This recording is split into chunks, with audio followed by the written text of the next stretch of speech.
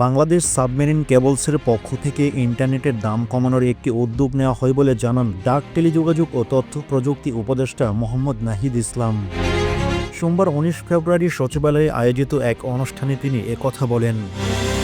বাংলাদেশ শ্রমিক কল্যাণ ফাউন্ডেশনের তহবিলে বাংলাদেশ সাবমেরিন কেবলস পিএলসির ১,৬,০০,০০০ টাকার চেক হস্তান্তর উপলক্ষে এ অনুষ্ঠানের আয়োজন করা হয়।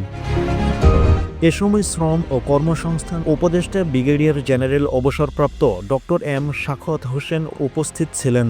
চেক হস্তান্তর অনুষ্ঠানে উপদেষ্টা নাহিদ ইসলাম বলেন, বাংলাদেশ সাবমেরিন কেবলসের পক্ষ থেকে আমরা শ্রমিক কল্যাণ ফাউন্ডেশন তহবিলে ১,৬,০০,০০০ টাকার চেক হস্তান্তর করতে যাচ্ছি। এর মাধ্যমে একটি উৎসাহ উদ্দীপনা তৈরি করতে চাচ্ছি, যাতে অন্যান্য কোম্পানি এ কাজগুলো নিষ্ঠার সাথেই করে।